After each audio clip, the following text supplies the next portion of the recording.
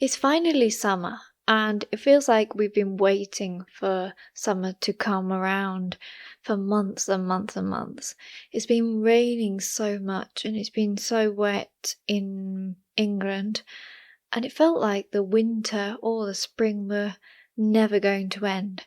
So now that summer's here, we're going to learn some words about the heat, because hopefully it's going to be warm, and some idioms which are related to the summer and heat.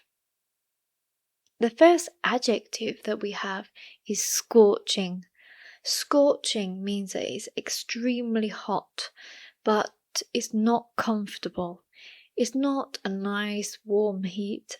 It's that type of heat where you can't be in the sun. So in Italy, when I went on holiday, it was scorching outside, so I had to spend time under the parasol when I went to the beach. Sometimes, when it is very hot and there is a lot of moisture in the air, and it makes you feel sticky, your skin feels sticky, then you say that it's humid or muggy.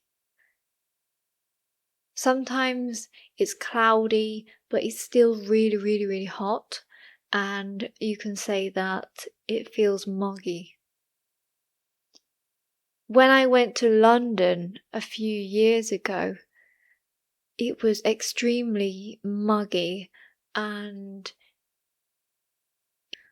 I felt the need to have a shower multiple times per day. Another word is arid.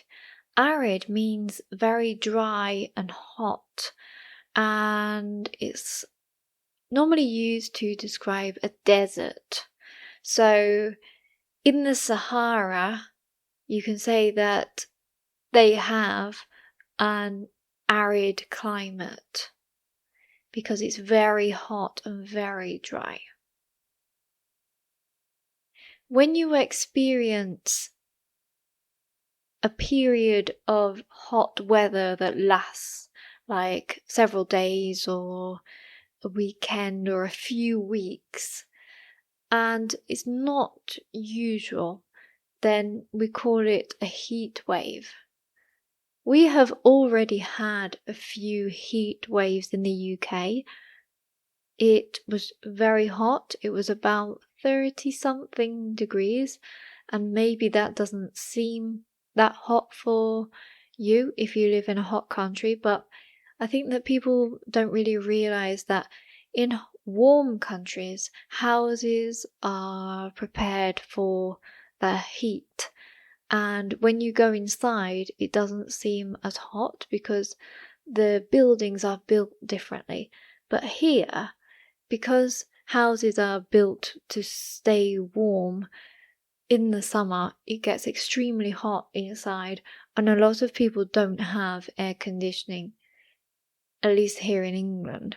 I know that like in America, in the United States, a lot of people have aircon, especially in the south, but here you might have it in offices, but people don't normally have it in their houses. When it's hot, some people like to stay in the sun. I personally don't like the sun. I prefer to stay in the shade. You have to be careful with that word because a lot of people say shadow. The opposite of being in the sun is the shade. So I like to stay cool in the shade.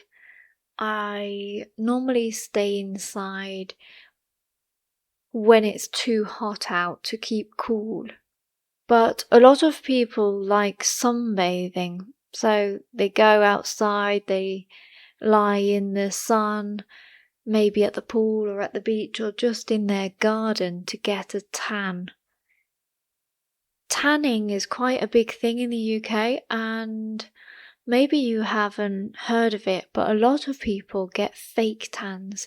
Fake tans are when you go to a tanning studio or salon and they basically spray tan on you so that your skin is darker. So your skin is like more brown, but you have to be careful because a lot of people sometimes look quite orange. Some people don't go to salons and they do it at home, and what they do is they buy, it's like a cream, and they basically put it all over their body and it washes off. So sometimes you see people and their hands are a different color to their arms because in the end you wash your hands a lot more than you wash your arms, so the color comes off a lot quicker.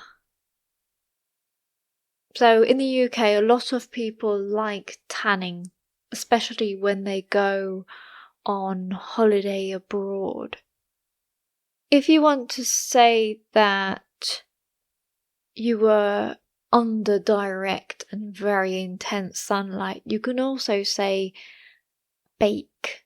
We normally use the word bake for baking a cake or baking a pie, but if you say that it was very hot yesterday and we baked in the sun for hours, it means that you spent a lot of time in direct sunlight and the sun was very strong and you were very hot.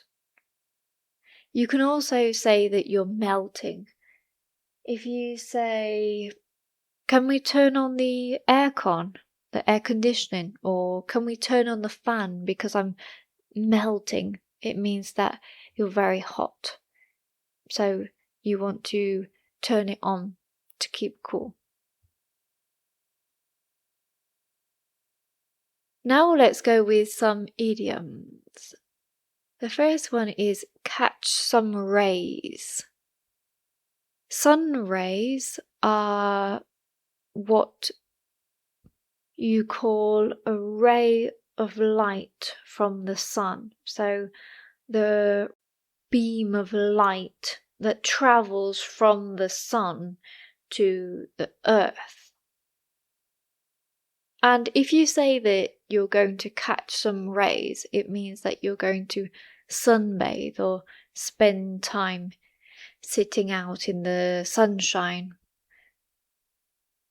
You could say that you're going to the beach this afternoon to catch some rays. Soak up the sun means to enjoy the sun and enjoy the heat. And you normally soak up the sun when you're relaxed. So I love going to the beach in the morning and soaking up the sun. And the last one is beat the heat. Beat the heat means to fight against the heat and win, basically. So it means to find different ways to cope with the heat, to deal with the heat.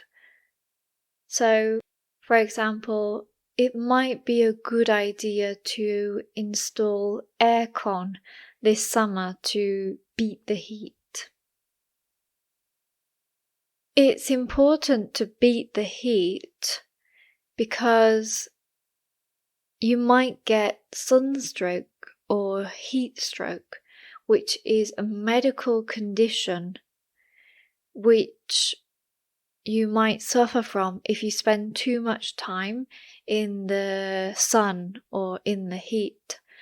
Some people faint or pass out when they spend too much time in the heat at the beach or just outside. It's also important to wear sunscreen or sunblock. Sunblock is the American word, and in British English we normally say sun cream compared to sunscreen or sunblock. This is the lotion that you apply to your skin so that you don't burn it. It's important to wear sun cream because there is so much radiation from the sun and you can get burnt very easily without noticing it, especially if you're distracted having a good time outside this summer. I'm really looking forward to this summer. I really want to unwind, which means to relax and to stop thinking about work and stress. And I'm planning on doing a few getaways, which means some quick holidays. And I'm also planning on doing a staycation for a few weeks. A staycation is when you spend your holidays at home or in your local area instead of going somewhere else. So it's kind of being a tourist in your own area. I think that a lot of times we forget how nice it is to live where you live, and it's easy to not do things like visit your local art galleries, spend time in nature nearby, and I think that a staycation can be very enjoyable, especially if you don't want to travel far away. If you have enjoyed this video, please give it a thumbs up and subscribe. Hopefully this summer we can make a lot more videos. Let me know if you've enjoyed it, and I'll see you in the next one. Bye.